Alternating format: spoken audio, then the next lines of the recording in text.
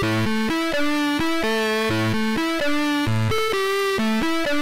à tous, nous sommes aujourd'hui à cet événement qui se nomme ACF Student Color. Turbulles TV est présent pour interviewer plusieurs participants, donc on va vous faire une petite visite. Est-ce que vous pouvez nous présenter l'association et ses buts, tout ça? Absolument. Alors, Action contre la faim, bah, vous voyez, c'est notre logo maintenant, c'est Agir pour un monde sans faim, notre slogan plutôt, Agir pour un monde sans faim. Donc, vous savez, tout le monde sait sans doute qu'il y a 17 objectifs de développement durable, que c'est fixé les Nations Unies, que se sont fixés les Nations Unies, donc les 194 pays du monde. Le premier objectif, c'est d'éradiquer la faim. Le premier objectif est d'éradiquer la pauvreté, pardon, et le deuxième objectif est d'éradiquer la faim. Donc, éradiquer la faim dans le monde, Action contre la faim s'y emploie depuis 39 ans maintenant. Et donc, on intervient dans différents types de programmes.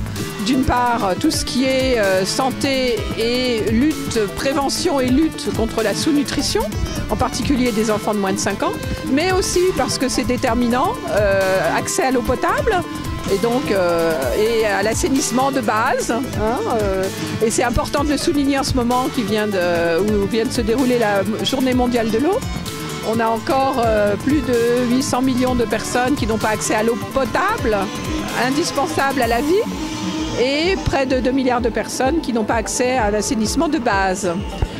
Donc, accès à l'eau, sécurité alimentaire, bien évidemment, parce qu'il faut que les populations les plus fragiles, qui n'ont pas les moyens de se nourrir correctement, retrouvent une sécurité alimentaire et une autonomie dans la culture, dans la production alimentaire ou éventuellement en ayant suffisamment de formation pour pouvoir travailler et du coup pouvoir s'acheter la nourriture nécessaire.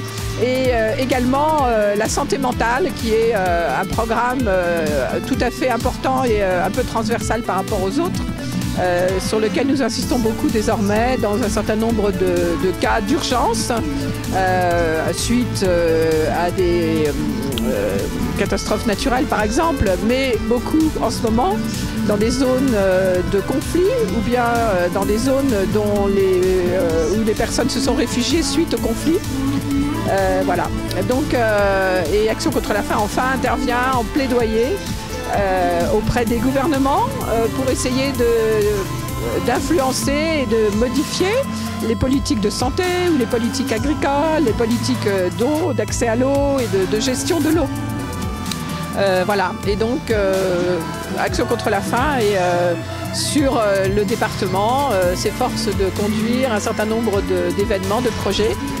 Là, on est dans le cadre d'un projet qui a été proposé, conduit par des étudiants qu'on remercie 1000 fois et qui ont organisé quelque chose d'extraordinaire.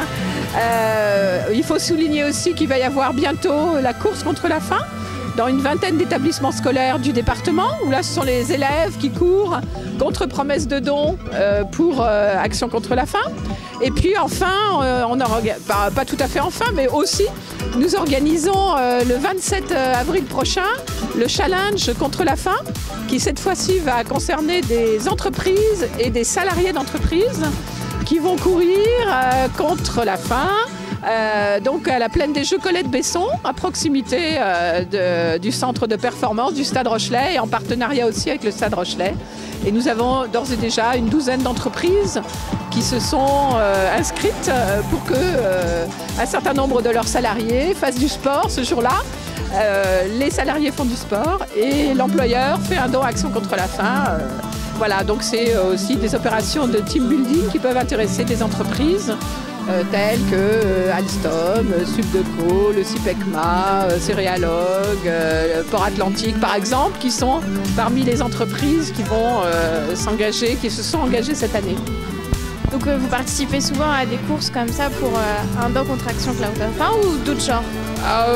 Il peut y avoir toutes sortes. Là, le projet aujourd'hui, c'est une color run qu'ont monté ces étudiants de l'IUT de La Rochelle. Mais ça peut être toutes autres sortes de projets. Il y a des étudiants qui peuvent, par exemple, envisager un concert, une conférence.